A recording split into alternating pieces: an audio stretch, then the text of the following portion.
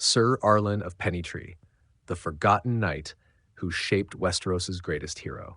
When A Knight of the Seven Kingdoms opens, it doesn't start with kings, dragons, or epic battles. It starts with a dead man on the side of the road. No banners, no witnesses, no songs. Just a hedge knight named Ser Arlan of Pennytree gone quietly from the world and almost from history.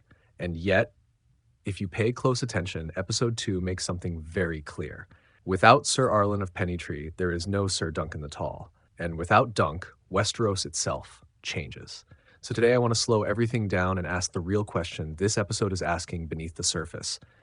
Who was Ser Arlan of Pennytree really? Was he a failed knight, or one of the most important knights Westeros ever produced? Ser Arlan's origins, a knight without a house. The first thing we need to understand is that Ser Arlan was never meant to be famous. He wasn't born into a great house. He didn't inherit land. He didn't command banners. Ser Arlan was what Westeros dismissively calls a hedge knight, a knight who owns no land and survives by moving from place to place, offering his sword, entering tournaments, and taking short-term service wherever he can find it. That already puts him near the bottom of the knightly hierarchy. But Ser Arlan had something many knights didn't. He was legitimate. Prince Baelor Breakspear confirms this in episode 2. Not vaguely, not kindly, but factually. He remembers Ser Arlan. He remembers his deeds. And most importantly, he remembers that Ser Arlan never shamed himself. That single line tells us everything. Ser Arlan and the Blackfire Rebellion. Here's where the deep research matters. Ser Arlan fought in the first Blackfire Rebellion on the side of King Daeron II Targaryen, the lawful king. That war wasn't just another skirmish. It nearly tore the Seven Kingdoms apart. Daemon Blackfire had the sword of Aegon the Conqueror. He had charisma. He had powerful houses backing him. Many knights, better knights than Arlan, chose the wrong side. Ser Arlan did not. He fought under Lord Hayford, one of Daeron's most loyal commanders.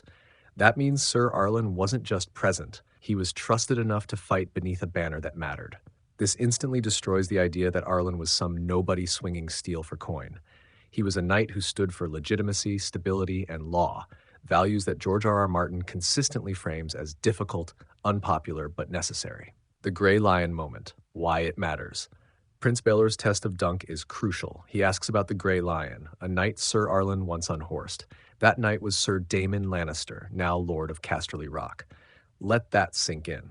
Ser Arlan of Pennytree, the man who died penniless, once knocked a future Lord of Casterly Rock off his horse in a tourney. That is not nothing. That is proof that Arlan had skill, had courage, and had moments of greatness.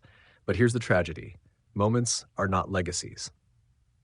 Ser Arlan never turned moments into momentum. Why Ser Arlan never became a champion. This is where episode 2 becomes quietly devastating. Dunk begins the episode praising his master.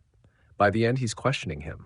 Not because Arlan was cruel, not because he was dishonorable, but because he never rose, he never won the tourney, never earned land, never built a name, and Martin is very intentional here.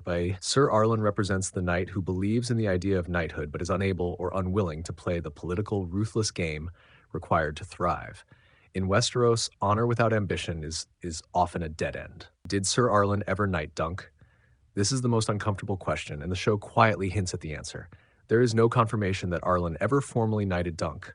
No witnesses, no ceremony, no vows spoken on screen. And remember, any knight can make a knight, but they still have to actually do it. It's very possible, even likely, that Arlan intended to knight Dunk and never got around to it. Not out of cruelty, out of hesitation, out of self-doubt. Because what does it mean to make someone a knight if you secretly believe you failed at being one yourself? Ser Arlan's true livelihood. Teacher, not champion. Here's the shift most viewers miss.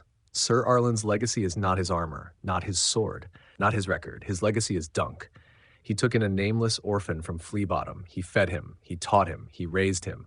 He instilled values, not victory, and those values outlive him. Dunk doesn't remember Arlan as a great warrior. He remembers him as a good man. In Martin's world, that distinction matters. The irony of knighthood.